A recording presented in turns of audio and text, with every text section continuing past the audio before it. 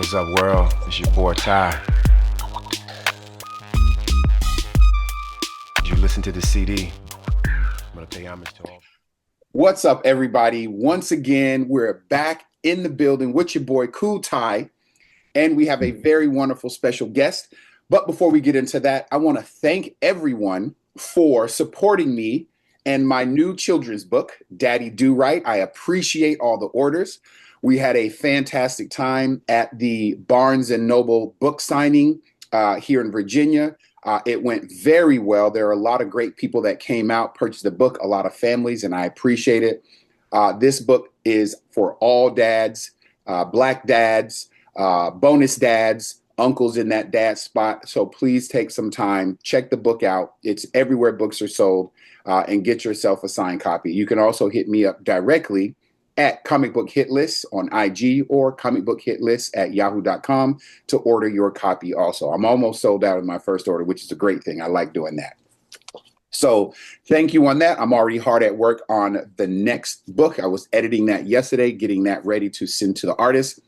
Today, we're going to have another great artist, like the two that helped me on my book. We have Mr. Georges Jeanty. If you do not know who this gentleman is, he has had a very, very great career. He has worked on some major titles. He's worked with some major creators. He is an artist. He's worked for Marvel, DC, Image, and many more to come. We're going to learn a whole lot about Mr. Georges Jeanty today. Mr. Jeanty, thank you for joining us, and I appreciate your time, sir. Anytime, please, and call me Georges from here on. Okay, Georges, will do. So I've always wanted to ask you, where is your name originated from? Technically, it's French. French, okay. My father was Haitian. My mother was Dominican. I grew up on my mother's side, so I consider myself more Spanish, in all honesty, because that's all there was in the house when I was growing up. But yeah, so it's French. So technically, it's Georges Jeanty. But in America, nobody's going to say that sort of thing. I'm going to say it. I mean, like Georges Jeanty, please. Yeah, I mean, if you go to Paris, you see George with an S all over the place. Yeah, okay. I'm like a Royale with cheese. Haitian and Dominican, cool. That's cool, man. So you probably got a lot of skin in the game in this current administration. All this crazy stuff going on. Some of it, yeah, I guess. But let's get into this. I have known Georges for quite a while. I met him through Dexter Vines. I think we met originally at Heroes Con years ago. So let's give our listeners some basic background. How did you get into the comic book business? I got into the business, so going over 20 years ago now, and back then it was definitely a different landscape. The way you would get in, hypothetically, is that you would send submissions to an editor, or editors were still actually doing conventions. So if you could hit up an editor at a con, you could hopefully show them your work, or maybe put some time aside where they will look at your work. And that's how they were hiring people from that point. So I was not an overnight success. I was like a 5-year success before I started doing anything. So I worked for a lot of the smaller companies. I grew up in Florida, in Miami. So I worked for a lot of the smaller companies in Miami, and there was a guy in Detroit who's no longer with us, a guy named Brent Carpenter, and he was doing work for Caliber Comics, which is still up and running, but they were one of those small companies, and they wanted to branch out to do superhero books. And Brent had this whole line of superhero books. He was the creator, writer, and sometimes artist on that. And I was like, yeah, man, I'd love to. He was doing a show down in Florida, and he said, all right, when I go back to Detroit, I am going to give you a call because I have this script ready and it's all good to go if you're serious. And I said, yes, sir. And funny enough, that's how I've gotten most of my work. A lot of people don't realize coming into this business, you want to draw comics, but you're not familiar with the actual work that comes behind it, where you have to set the time aside and be a professional in every sense of that word and do the work. Because, yeah, we all love the flashy accolades and just all the recognition. But at the end of the day, just like you're seeing me now, you sit at a table and you just draw all day. And if you don't have the temperament for that sort of thing, you're in the wrong business for sure. So I learned that at a very early age. And I think I've gotten most of the work I got in the beginning because of that. And I just love to draw, which I'm sure everybody would tell you who draws, they love to draw. But that's pretty much how I broke in. A couple of companies after a while just said, yeah, okay, hey, I've got this. And I think a lot of people more often than not will break into this business when an opportunity comes. And I've always told people that opportunity will come. It's just up to you to recognize it. Right. And that's pretty much how I have stayed in this business for so long. Okay. What was the title at Caliber Comics that he put you on? What script did he give you? Oh, he had Caliber Comics, again, which was a very small publishing company in Detroit, Michigan. And like I said, they're still publishing more or less. They are probably best known for discovering James O'Barr, who was the creator of Crow. The first publication of Crow, if I'm not mistaken, is done through Caliber Comics. So in the 90s, when Image, had that boom and superheroes were all the rage, well, not that they aren't the rage still, but they were like hitting hard. Anything was selling over 100,000 copies. So Caliber wanted to get in that game. And Brent, who also lived in Detroit, had this. The guy was a clairvoyant. Unfortunately, he's no longer with us, but he was.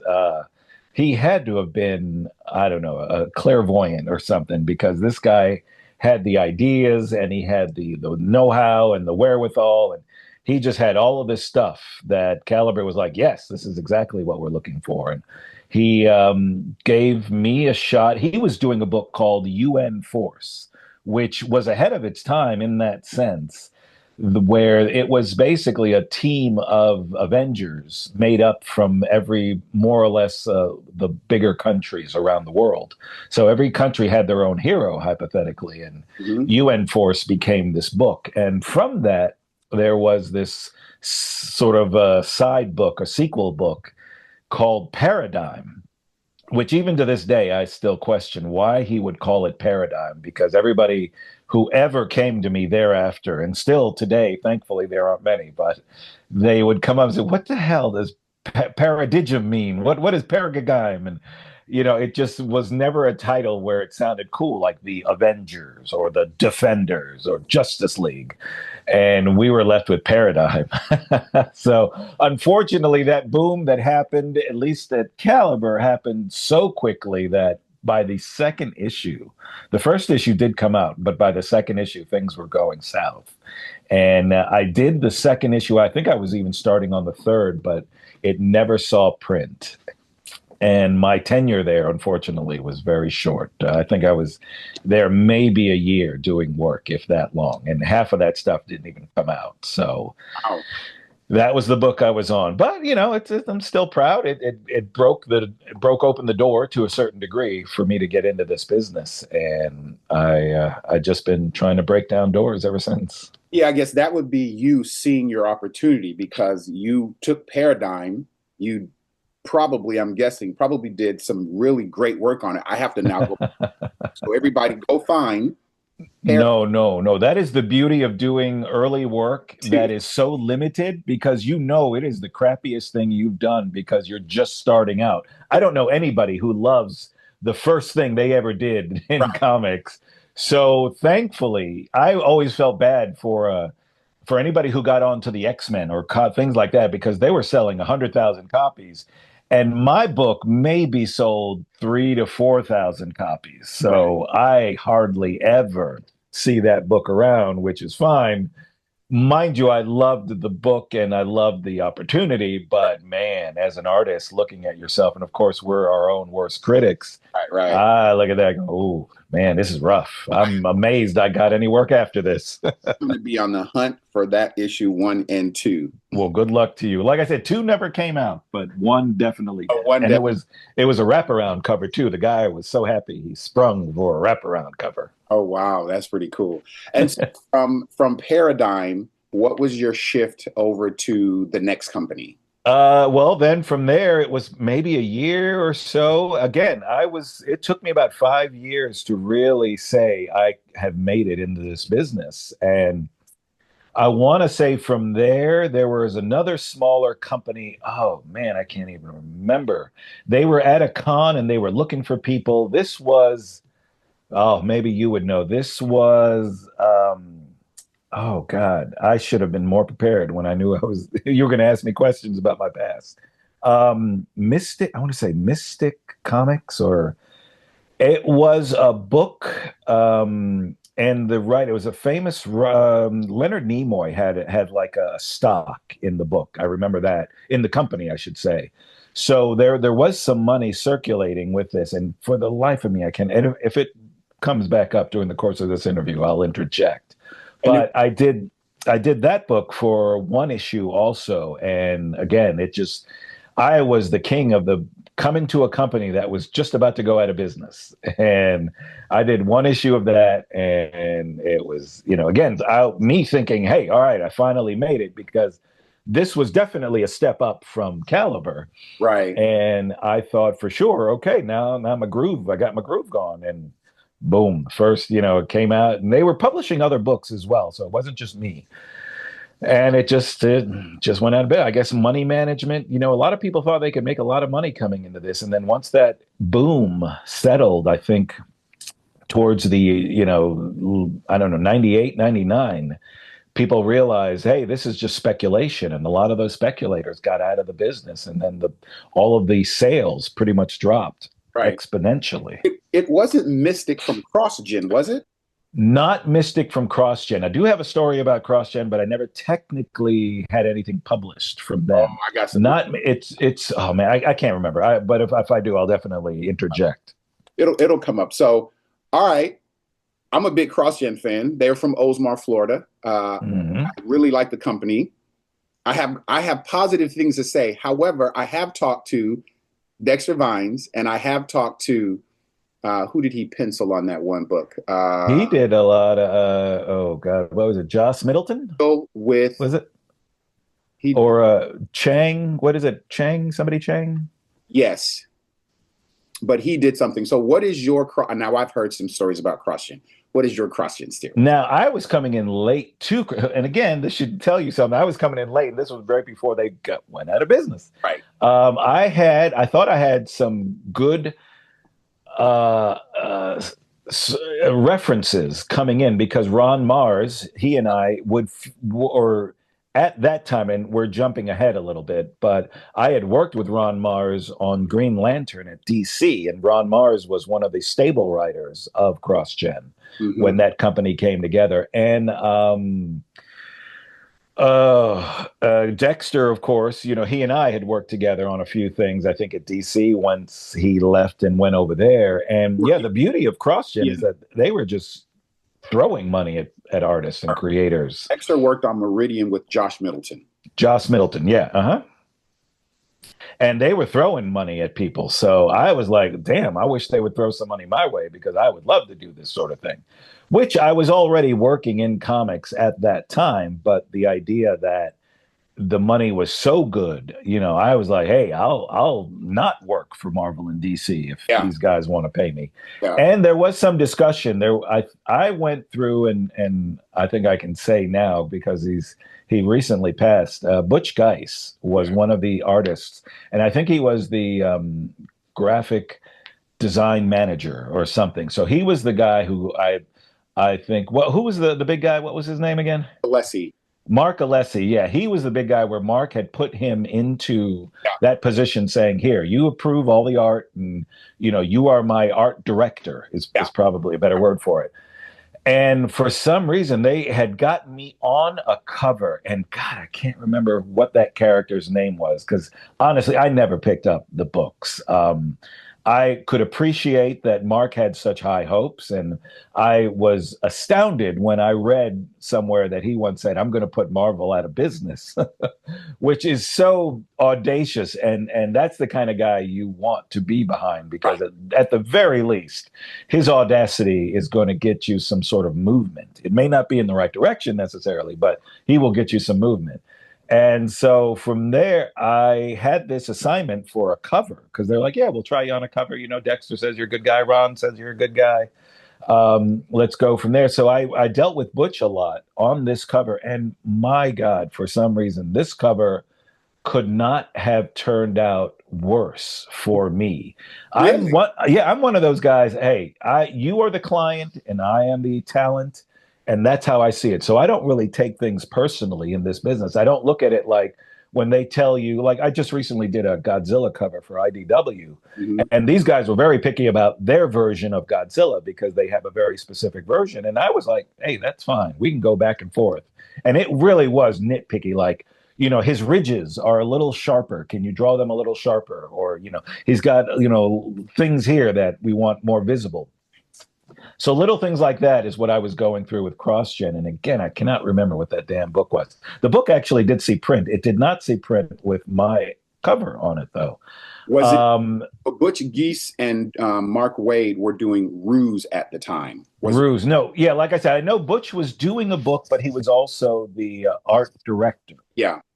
So I was working with him in that capacity, which I was, I totally loved because I am a comic aficionado, and I knew Butch from all of his time at Marvel, and I loved the fact that Butch was very much a Michael Golden clone, where he was influenced very much by his work, and he did the comic adaptation of Temple of Doom, Indiana Jones and the Temple of Doom, and obviously he did the Micronauts after Golden left, and all of this stuff. So I was very aware of his pedigree, and I in no way was trying to come across like I was this young upstart and who the hell are you to tell me how to do this? I was very much, okay, well, all right, if you want this, that's fine, or let's change this, or let's do that. But it just seemed like he was never happy with what I was doing. And I swear to you, I was bending over backwards, and I just couldn't see. It's one of those things. He's like, well, do more of this. And when somebody says to you, do more of this, in your head, you're going, do more of what? What specifically is this? And he and I went back and forth on this cover till it's at a point where I was at Gaijin Studios at that point, and I was talking to some of my studio mates going, what do I do in a situation like this? You know what? I'm already into it for like 3 revisions, and I had done some extensive drawings for it. And I remember me and Cully Hamner having a conversation, and Cully was like, honestly, if you don't care about the money, then just say screw it. Tell them, no, I'm not doing anything else. You do what you want, and we'll part and leave it at that. And I think eventually that's where it became. They wanted to pay me, but that was around the time where the proverbial crap was hitting the fan over there. Yeah. And Mark Alessi, I don't know if a lot of people know this, but Mark Alessi, who's founder and creator of CrossGen, he had this love of comics. He had this amazing big heart. He had made a ton of money. I think it was in tech, if I remember correctly. So, yeah, I believe Ross Perot bought his company or something. Yeah. So he just had this love of comics, but running the company was a little bit difficult. He was trying to run, and I realized that he was trying to run almost like our administration this 4 years. He was trying to run this company as it was a business company, like, we manufacture cars or things like that. And he didn't realize this is more of a creative company, and you can't really run creativity on a 9-to-5 basis, And I remember many times where Dexter was like, dude, I love working from like 8 o'clock to 2 a.m. That's just my thing. I love working at night and all that. But he kept saying they want us here at 9 o'clock in the morning, and we can leave after 6 or stay if you want. Right. But I think a lot of that stringent work ethic really did not bode well with a lot of the creative types. Yeah. And again, that's also where I think was kind of their downfall. So I appreciated his idea, but the reality is you're working with bohemians, and people who are creative types do not punch a clock. Right. It's just the facts. He was making sure that they had medical benefits. He was making sure they worked during that time. All the benefits were there and everything was great. And I remember meeting him and being at the CrossGen studio, and he was telling me, it doesn't matter if they do X number of pages a day or 20 pages a day, like they're going to get a salary, they're going to get benefits, which is not happening in any other other comic book industry or comic book company. And I thought that was really great because I knew that a lot of comic book creators were freelance. Now they actually have medical benefits and dental benefits, and they have a spot they can come in and work and kind of leave their home. So I looked at it as, wow, that's a positive. But I agree with you. Like, artists are bohemian. I mean, I am constantly up late at night. I am working. I have a bunch of ideas. All of these things are coming at various times. And so I totally understand. And I agree that, yeah, that could definitely put a strain on the creative aspect of comics. And you're right. What he was offering was very lucrative, and Yeah. a weekly paycheck, which, yes, on a lot of times is unheard of. But I will say he was not exclusive in his accusation or in his telling that he had benefits and exclusivities, because Marvel and DC were offering that too. It was just harder to get. Marvel's had exclusives, and I was on Marvel's insurance for a couple of years, so I knew that very well. Like, if I did work for them, they said, "Here, this is how much your insurance is because you're with us." So it wasn't exclusive to CrossGen, but he did make it lucrative to the point, and maybe it's a good and bad thing. He made it lucrative to a point that you work for this company, and this company is going to take care of you. But in order to work for this company, you had to move down to Florida. You had to move down to Tampa and Yep.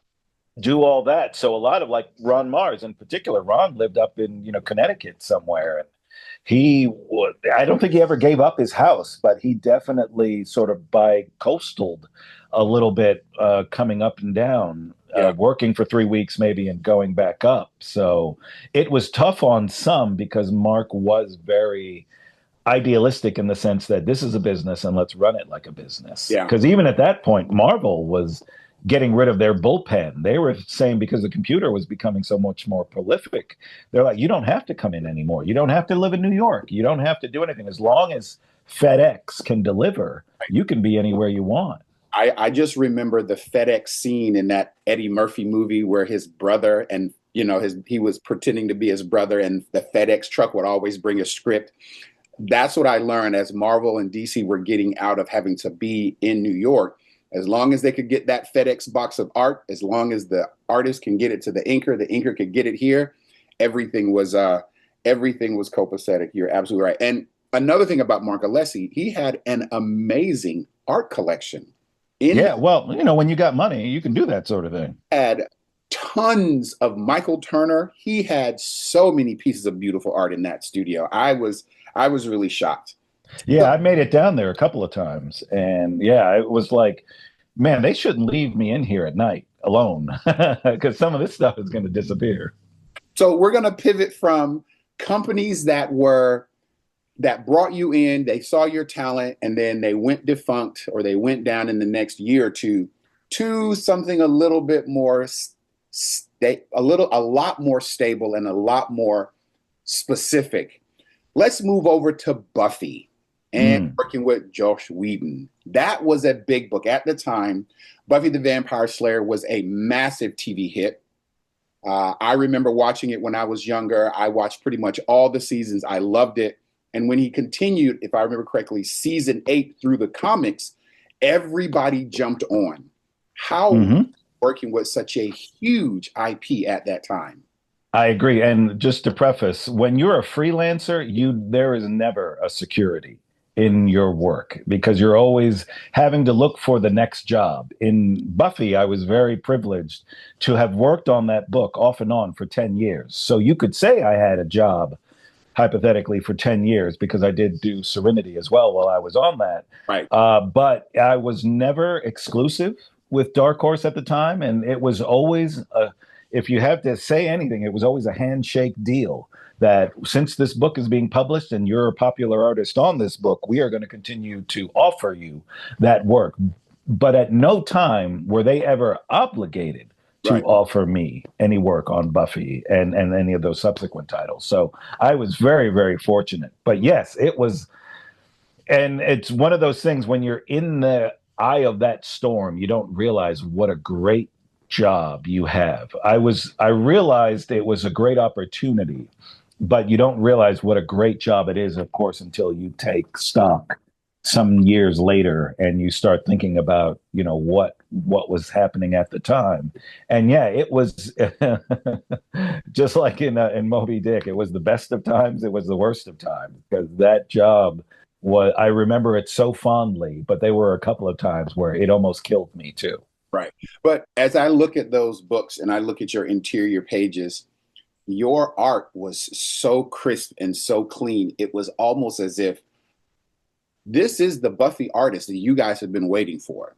Get that feeling? Did you get the same amount of love from the fans as you put out book after book and was hitting up these cons? Yeah, well, I mean, that was intentional. That was very much the case. And funny enough, that was really more me trying to be impressive because Joss had seen my work on another book, but it when we had conversations about how the book should look and what the approach should be, and obviously it becoming a season 8, because at that time too, and this is when I got the book, this was about 97 that I started actually working on the book. I think Joss had written it in early 97, because he did do the first 4-issue, well, he did the 5-issue arc, first 5-issue arc on the book.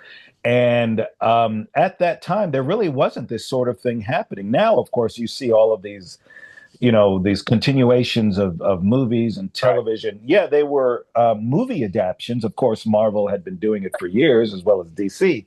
But there really wasn't a television adaptation, or a continuation, I should say, because we never adapted Buffy from its beginnings. We always just picked it up from where they left off when they ended it. And that sort of thing wasn't being done at that time. So we were very much, or I should say Joss was very much at the forefront in that when we started it. And it was just such a gas.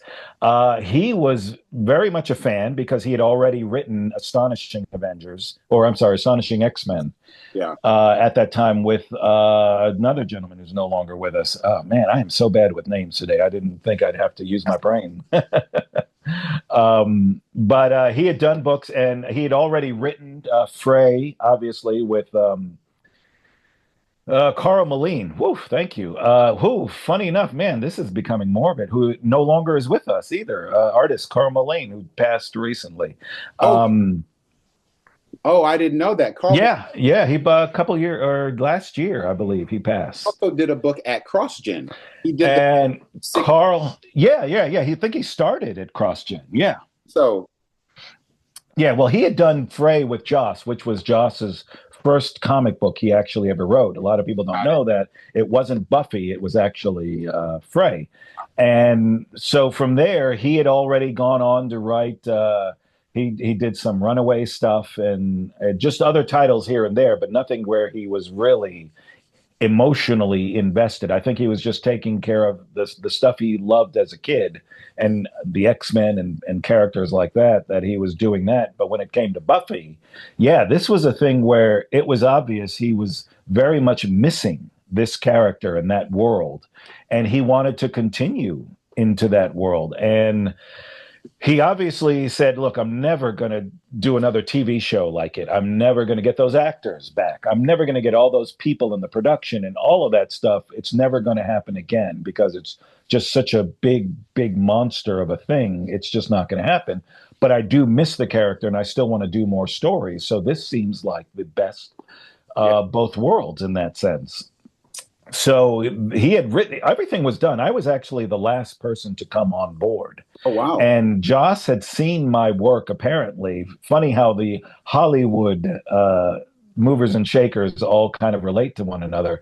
Joss had seen something I had done before, which was a book called The American Way, which I had done the artwork for with a guy named John Ridley, who was also a Hollywood writer, director, and he was a commentator on CNN for a while, and just an all around great guy. And he also loved comics, and he had this independent IP that he wanted to get out, which was basically his version of the Avengers in the 60s and how that would relate to civil rights and whatnot.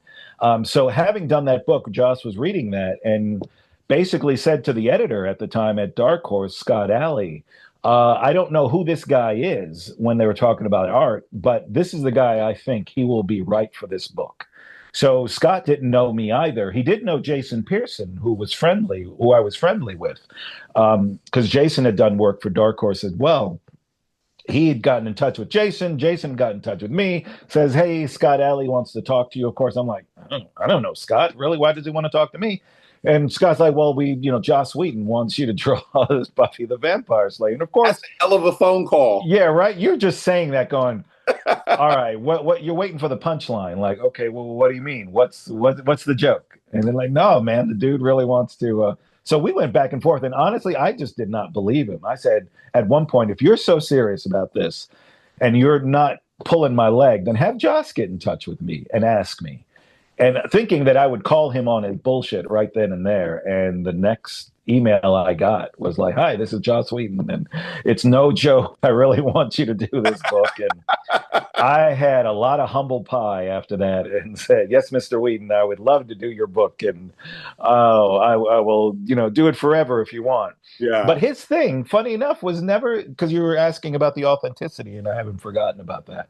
His thing about it was never getting an accuracy of Buffy, because I really did have a heart to heart with him, saying, I don't know about licensing. I don't know that I'm very good at it. And he really set me straight early on, which allowed me to embrace how Buffy would look by saying, "Look, I'm not as interested in Buffy looking like Sarah Michelle Gellar. I just want you to make her look like Buffy." Right. And for some reason, that just clicked in my head. And from there, while I was still using tons of references for Sarah Michelle and everybody else in the cast, it really did put me at ease, saying I don't have to make this look like a photograph, which was never my intent, because I was like, you guys can do this without me if you want it to look like a photograph. So from there on, I had the best time doing all of those references. Wow, that's really cool. Yeah. Your art on Buffy, even your art on Serenity, it was just absolutely amazing. And that was the same thing with Serenity, since I was dealing with Joss. Yeah. There was like a no wait line in that they're like, "I want you to do it, so you're doing it." And I didn't have to go through 20th Century Fox, who was, the parent company at the time. Right. Or go through any approval period. They just said, "Well, all right, if Joss says, all right, so good. Yeah, we don't have to deal with you then." Approval, and somebody's got to tell you it's okay. Exactly. So Joss liked the work and said, "Okay, no, let's go." Yeah. Interesting enough, I actually got onto the Serenity train after I picked up the comic books. Oh, really? Okay. Which is really weird. I'm not sure why I missed that whole thing, but then I went back and started watching the show and the movies. I think I ended up going to the public library and getting like a box set or the movie or something like that. But I didn't get onto that until much later.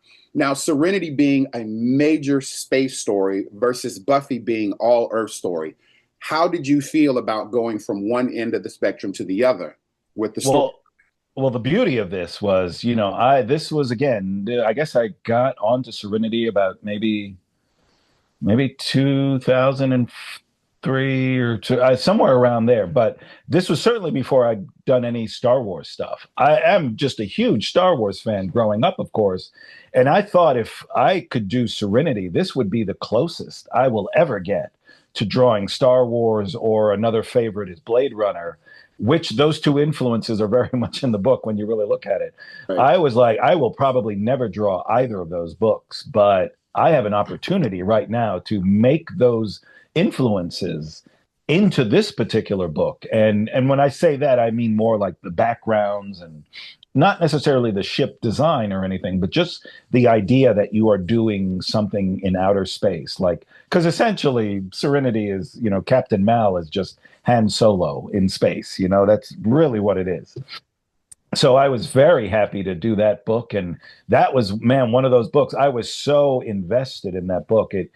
There were times there where I did not think I could finish this series, because it was, I don't know if I just started to get anxiety at that time, but I had such fits of anxiety, and I don't suffer from anxiety at all.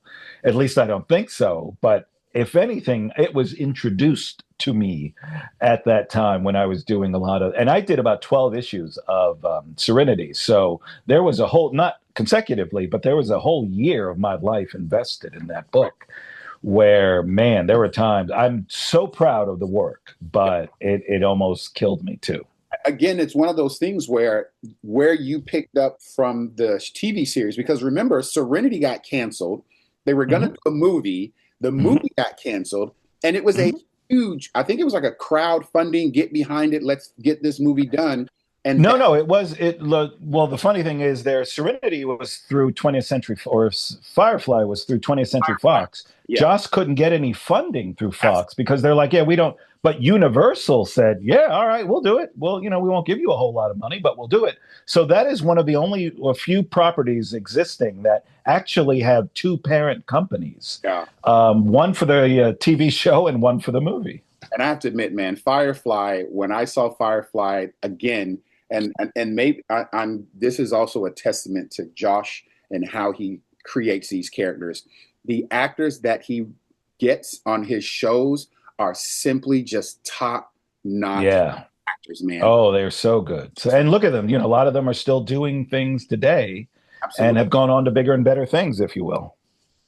Absolutely. So how'd you like to draw the spaceships and the space scenes and the different worlds in that arena?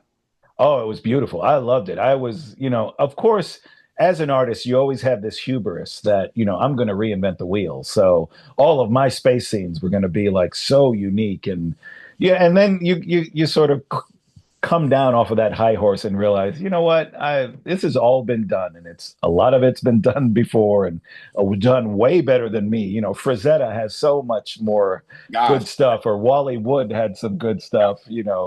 Ralph McQuarrie had so much. You're sitting there going, it is hubris on my account to think that I could do better than these guys. So I just sort of fell in line and said, I am going to do the best that I can and just hope that people can appreciate it on that level, because I am no Drew Struzan, I am no Michael Golden. I am none of those guys who I idolize to the point where I look at their work and try to do, when I'm trying to better myself, I look at people who I idolize and try to do it on their level. So it was always a testament of, all right, the next one, the next one will be better. The next thing I draw will be better. So, and to the degree, I do feel that it's some of my best work. So at the end of the day, it may have felt like it killed me, but I do look back on it fondly, thinking, if I die and this is what I'm known for, okay, I have no problem with that. Perfect. So we talked about Buffy, we talked about Serenity and Firefly. You started to mention Star Wars, and that's where I wanted to go. I am digging the Star Wars, man. I'm digging the Madalorian. I am literally digging everything, man. Your book with Mr. Rodney Barnes, I am just loving it. So you said previously, I'll probably never get to do Star Wars. Now that you have broken that barrier, I mean, think about this, right? From Buffy, huge classic, cult classic, Firefly. Now you jump, you've even done X-Men. Now you jump to Star Wars. The Holy Grail, my friend, the Holy Grail. Oh, man, it's up there. I have Star Wars stories in my head I would love to write. Let's talk about your Star Wars. Let's talk about how you got to Star Wars and just how you're enjoying this whole process. It's good. Again, I'm on a freelance basis, so I can't mislead people into thinking, I'm the regular Star Wars artist or whatever. And of course, Marvel has so many Star Wars titles. It's almost impossible to say who's on a book and who isn't on a book. But I have been very fortunate in that it was a fill-in. I was approached to do a fill-in because I was doing a sort of an X book called Extinction. And one of the editors on there was also one of the editors on the Star Wars camp. So they're like, hey, we need a fill-in over here. And it was on Star Wars, The High Republic. Mm-hmm. They're like, yeah, if you're not doing anything and you'd love to, we'd love to have you. And I was like, of course, I thought, okay. Great work on those. A little bit closer. Yeah, I was a little bit closer to Star Wars, a little bit closer. And so I jumped on that book and did, I don't know, 4 or 5 fill-ins. I wasn't the regular artist. Again, I was Right. a fill-in artist. And from there, they were like, hey, we just got the okay to do a Mandalorian miniseries from the TV show. And they're like, somebody who did have the book, I guess, backed out or something happened. Again, this was an opportunity. And it was up to me to recognize when that opportunity showed up. Right. I had to know what it was. And I was like, yeah, I'd love to do it. Of course. It's one of those things, never say no. Right. Always say yes and then figure out how to do it later. Right. Good advice. So, Good advice. yeah, in doing so, I did the whole first series, and the whole first series was like a year. They were like way in advance. It was 8 issues, 30 pages an issue. Yep. And I did every Great. issue of that first series, and they were like, "Oh yeah, this was great, but the next one we're going to have you do every other issue because we're not going to wait that long to do a book like this." All of were done. Rodney had already done them.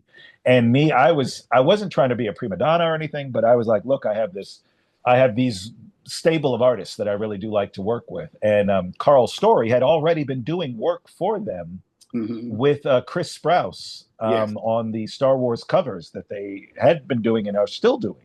Right. So I said, and this is Star Wars is the thing you have to be approved for. You can't just say, okay, we want you, you'll jump into it and we'll go. You have to do some work or some examples of work, and they have to send it off to Lucasfilm, and then they have to get the approval or the yay or the nay type of a thing. So Carl had already done that. So it was a case of, okay, if you want Carl, we'll ask him.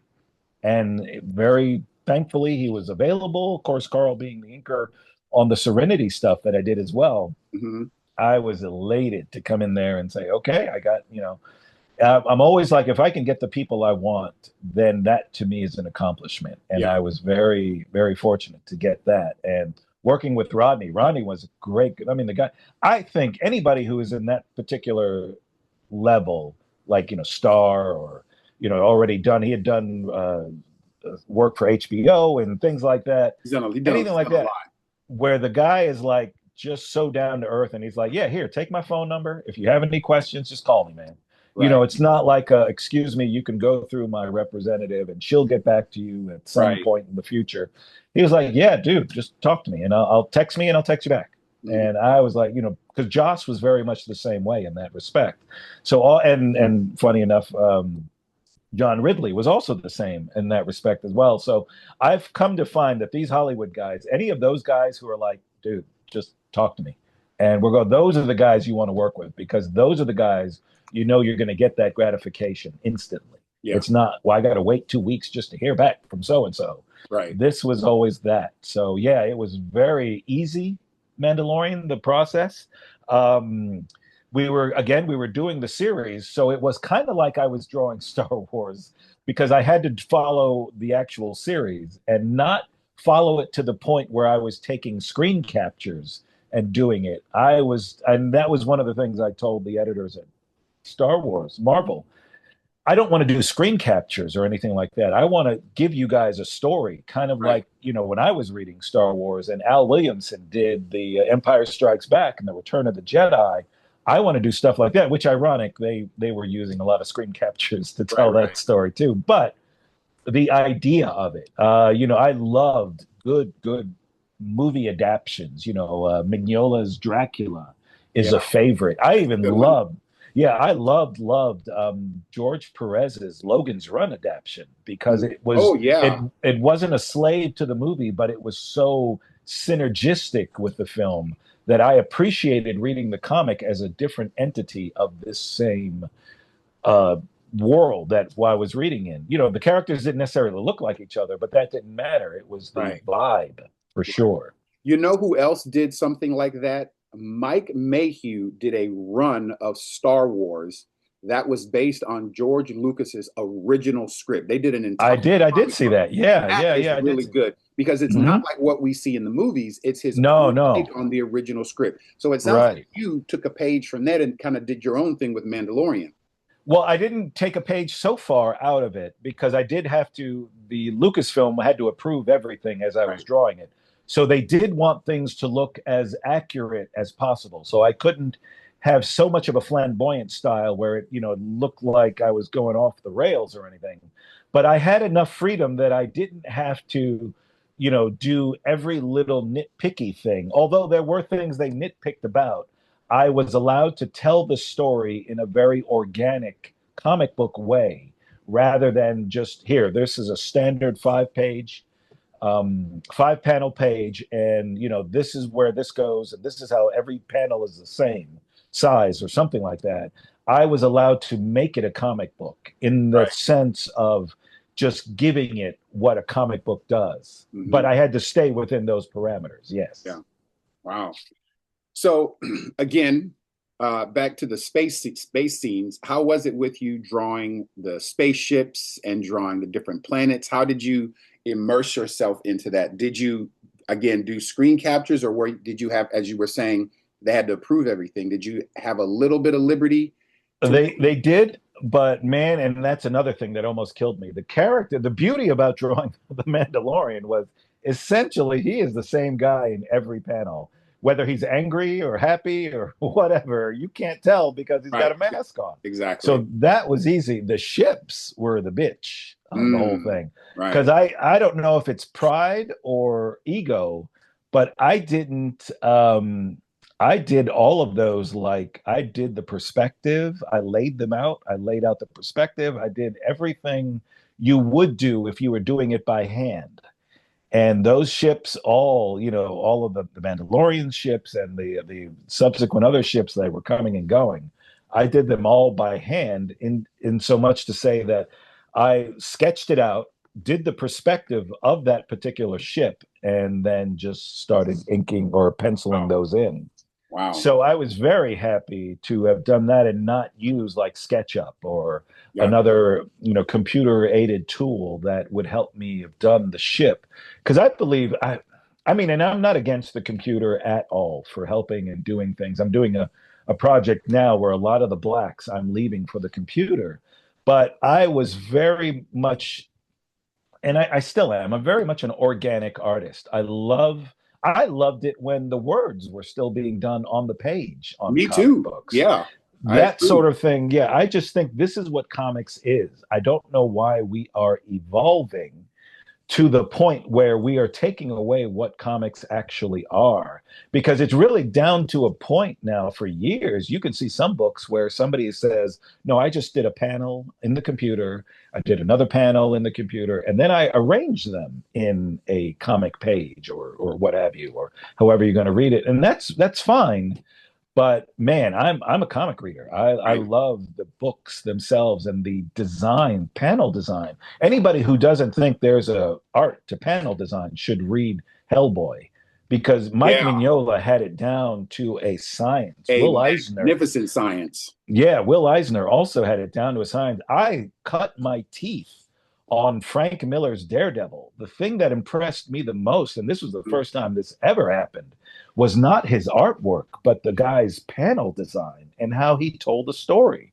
I was like, this is what I want to do, because I was so affected by those Daredevil books when Frank was drawing them.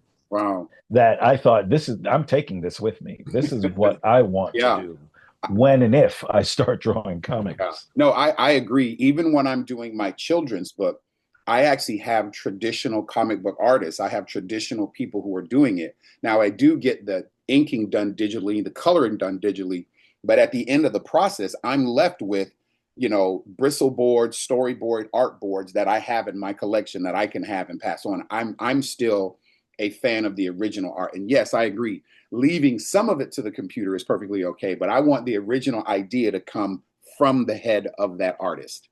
Yeah. I look at it because, and again, I understand that we are moving into the future, and this is what the future is. The future is progressive. The future isn't retro.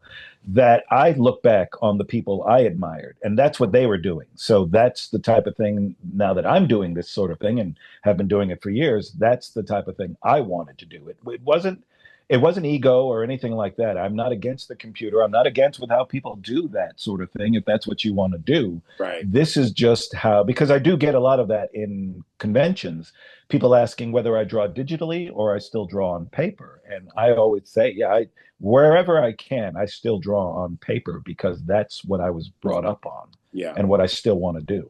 Yeah. So we're going to play a little game. We're going to take your time traveling Bishop character. Where would Bishop time travel to have the most problems? Would he time travel to the Serenity Firefly universe, or would he have the most problems in the Star Wars universe? If you could do this crossover, which one would you go with and why? I don't think he'd have a problem in the future. He would have a problem in the past. If you put somebody like Lucas or Bishop in, 1950s or 1960s America, well, there you've got a problem. Right. Not only is he a mutant, but he's a black mutant, and Right. he's a big black mutant, and that just sort of thing doesn't fly. Yeah. So I don't feel that he would necessarily have a problem in the future.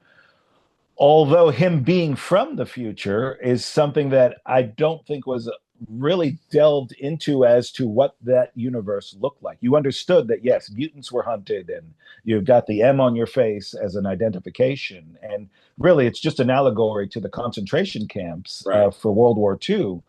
But the idea of what that world was, I don't think was ever fully explored. So it might be that Bishop is in the world of maybe not Star Wars, since it's a long time ago in a galaxy far, far away. Serenity was obviously more into a couple of centuries into the future. So I think he would probably travel best into the Serenity future in a logistics sort of way. Okay. Sticking with Marvel, any Marvel stories or DC stories you would like to tell? Oh yeah, I mean, I grew up with Marvel. I was a Marvel zombie. Everything Marvel to me, they could do no wrong. Right. I was growing up, man, wondering why John Byrne couldn't draw every Marvel book on the stands, because I just loved his work and I loved his approach. I never really got into the X-Men until later. But I was reading the Fantastic Four, and when John Byrne jumped on, I'm like, this is it. This is why this is the greatest comic magazine in the world. This is it. And really just the early 80s were such a great time. I realized, looking now, because I still go to the comic shop and I still pick up books, but I realized years ago that, God, the 80s were so good because it was a time of the Teen Titans. Every title was running at its peak efficiency. Yeah. The Teen Titans, the X-Men, the Fantastic Four, Daredevil, Thor, Mighty Thor with Walt Simonson. All that stuff was coming out at that time.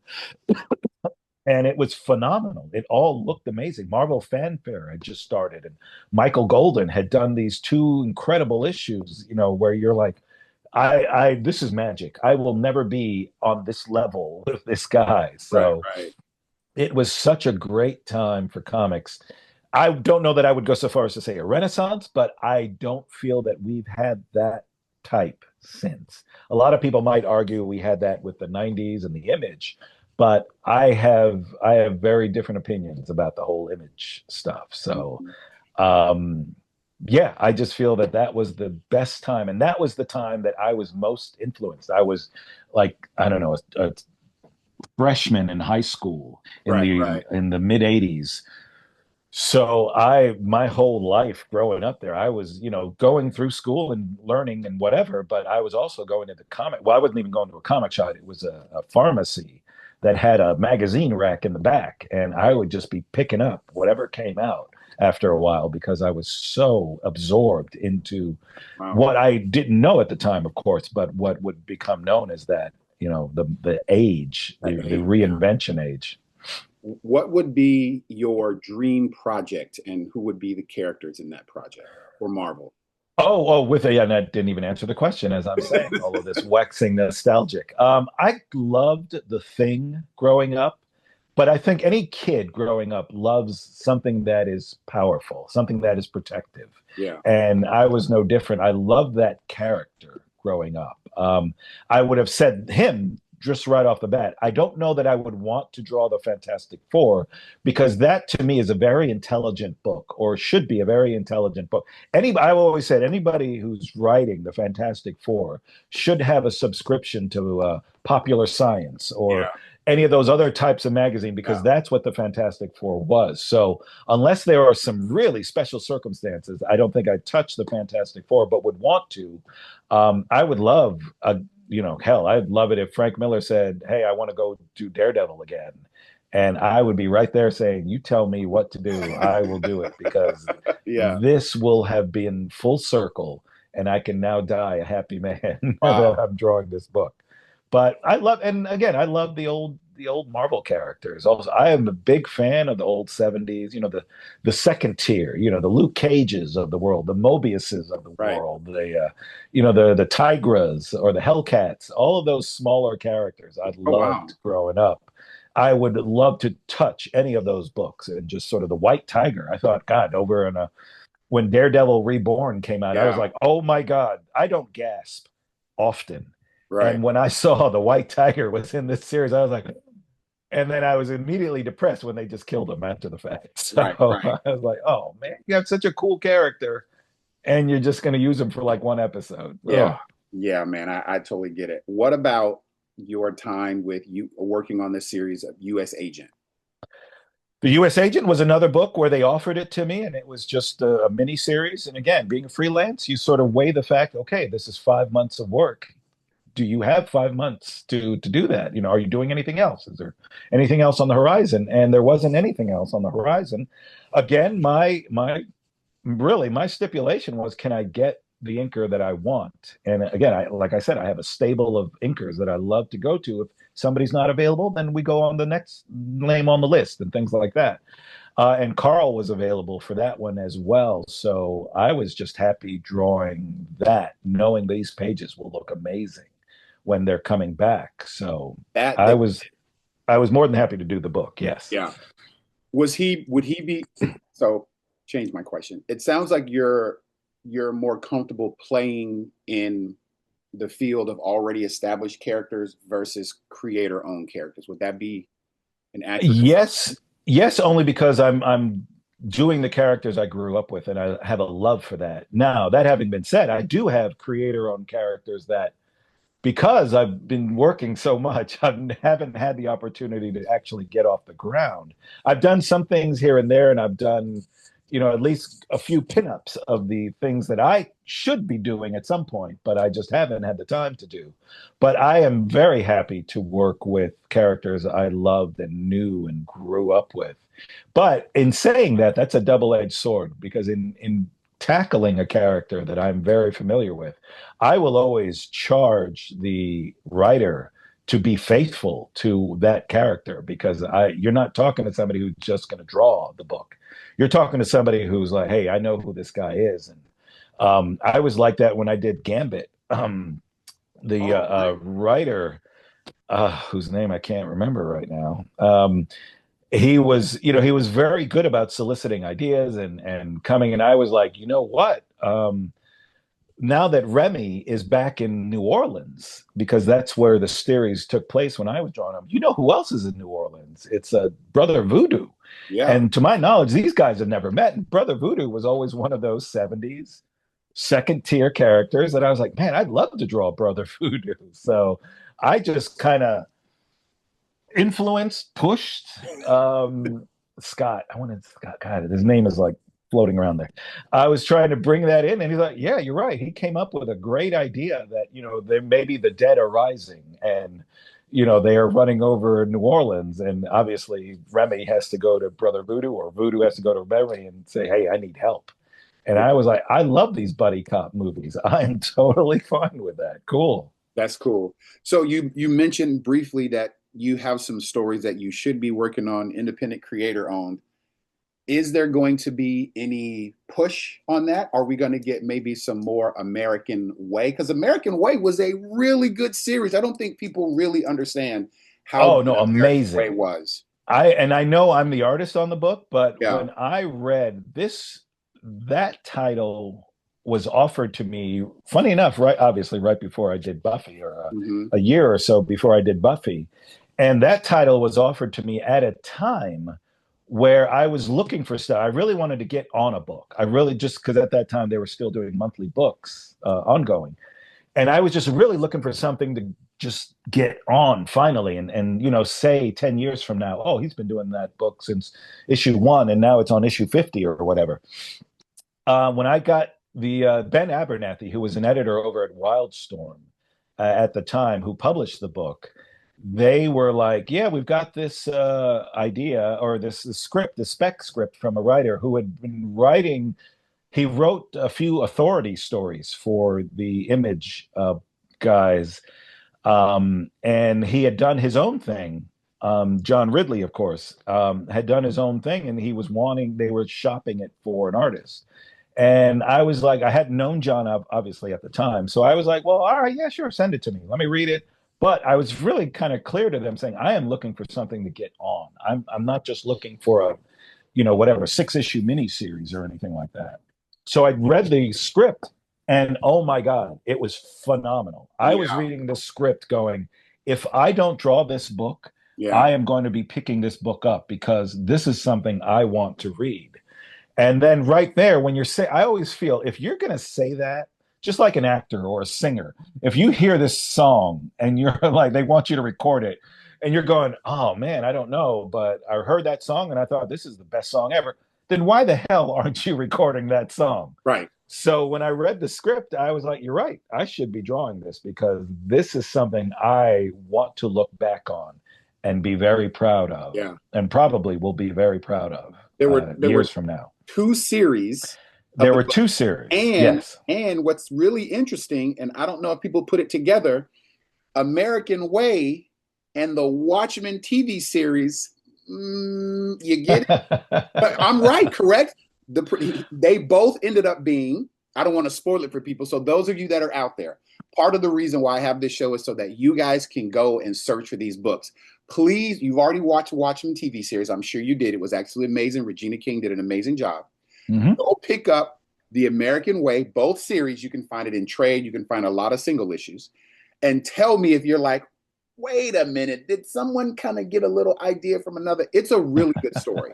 Now, yes, you are right, but I don't think John necessarily. I mean, yes, I think in the lexicon of comics, Watchmen will stand out as the war and peace of our generation, and it will always be in print, and it will always set that standard to which a mini or maxi series is set. Right. But having said that, I don't think it is influenced from the Watchmen, aside from the fact that, yes, trying to treat heroes as if they were regular people or real people in the real world or a real side section of the world.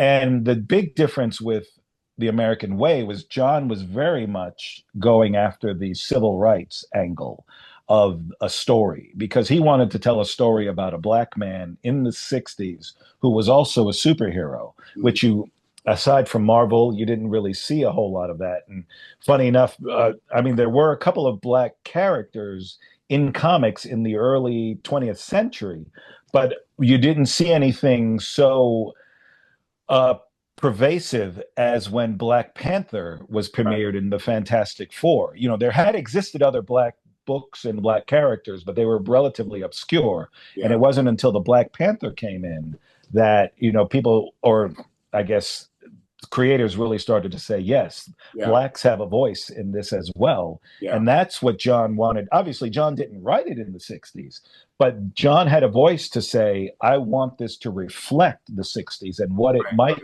have been like. And I think that's where it really departed from the Watchmen. So while there is a similarity, just like Marvel's 12 is very similar, that's where the similarities end. And his story, again, which captivated me, captivated you, picked up and just took it to its amazing conclusion. I was giddy reading the last. I don't get giddy over things, but I was giddy reading the last issue and how everything was being wrapped up. Yeah, everybody, please go pick up The American Way. And I do want to say, with the origin of Blue Marvel, they actually touched on it a very teeny tiny bit in one of the issues about him being black and what America would accept. They did do it a little bit, but American Way on its own level.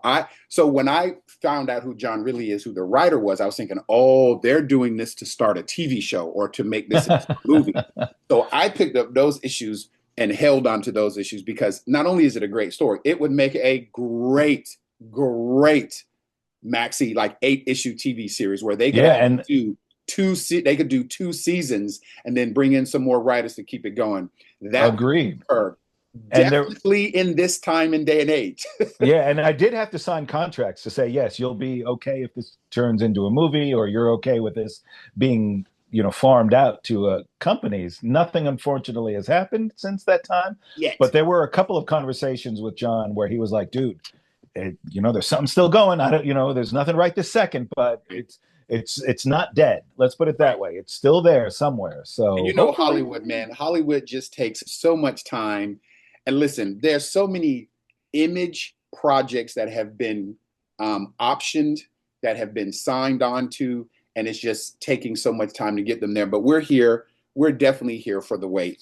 No, I applaud Mark Millar for signing up with Netflix and saying, hey, this is a way to get my stuff going.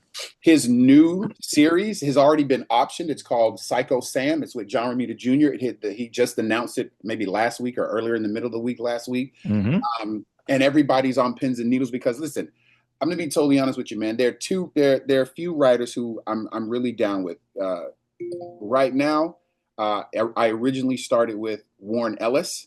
I can pretty much read almost anything from him, man. I'm sorry. Yeah, I love Warren Ellis' crazy stuff right now, but he was one of them. Jeff Loeb, Mark Waid, and so lost where I was going with it. But these writers, when they put their ideas out there, man, and people kind of gravitate to them, I can just read it. And Mark Millar, Miller, he is just one of those writers where I've liked everything he's put into TV and animation or movie. I've liked it all right now. I'm in for it all. I know a lot of people didn't really like Jupiter's Legacy. I thoroughly liked it because I'm a Grant Morrison fan, and I like that buildup, and that big buildup for that story was, for me, it was exactly what I needed. I was waiting for it. I knew it was going to build up. I knew there was going to be more pieces to it, and I thoroughly enjoyed it. Yeah, no, it's a good series. And I think the TV show went a little off the rails, but the comic for sure, especially when Frank Whiteley was still doing the artwork. Man. I loved Frank Whiteley. Yeah, absolutely. Do you have any plans, and if you can say, if not, I understand, do you have any plans of doing any writing of any Marvel titles? Is that something that's in the future for you? None that I'm aware of. I wouldn't be against it. Like I said, the creator-owned stuff that I have, I've written pretty much all of it. And that's the irony. It's all written out. It just needs, and you understand that in this business, the part that takes the longest is the artwork. So I just haven't had the time to do the artwork for it. But yeah, I've written a miniseries, which is basically Miami Vice meets Hellboy. So it's set in the 80s and it's about a detective, so there are things. I've written one that's in the future. I am just trying to hit the things that I loved.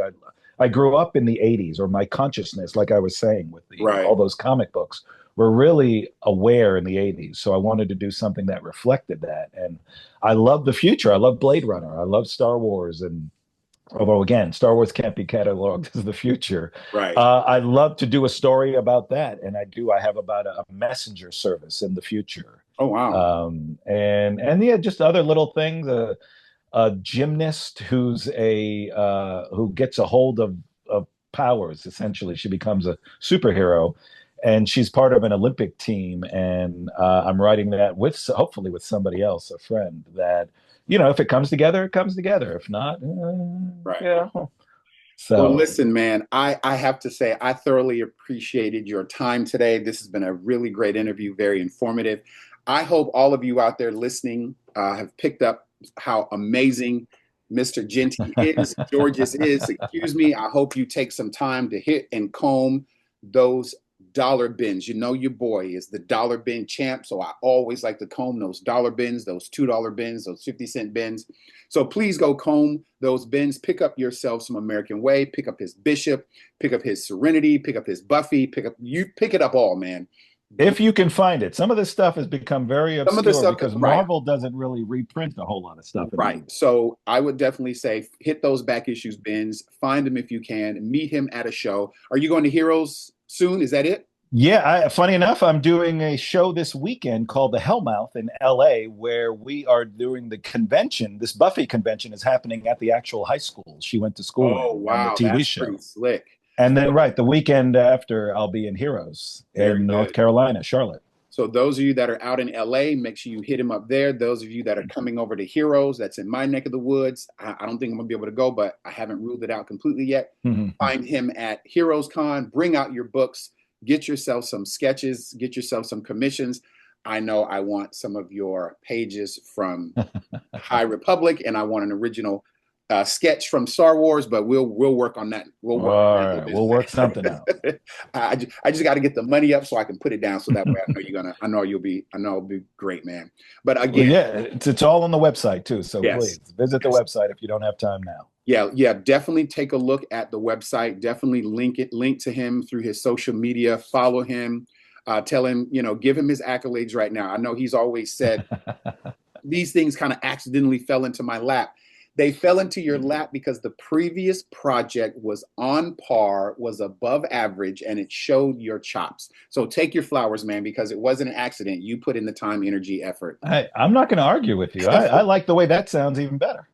So thank you, Mr. Jeanty. Georges, I appreciate it. Thank you for your time. Everybody out there, thank you for tuning in to the Comic Book Hit List. We know there's a whole lot of things going on in our country with this administration. We ask everybody to please make sure you stop worrying about what's going on and get your butt to the polls and vote. That's what's important. That will make the difference in all of what we have going on right now. We know a lot of crazy stuff is happening. We know a lot of laws are being broken. Due process is not happening. But we do want everybody to realize your vote does matter. Your vote does count. Please make sure you get up and get out and vote. That is extremely important. Thank you for tuning in with us. I appreciate your time. Georges, appreciate it 1,000 times. Everybody out there, thank you guys for spending some time with us. We are out. Have a great day. Every D, Cool Mo D, Green Latif.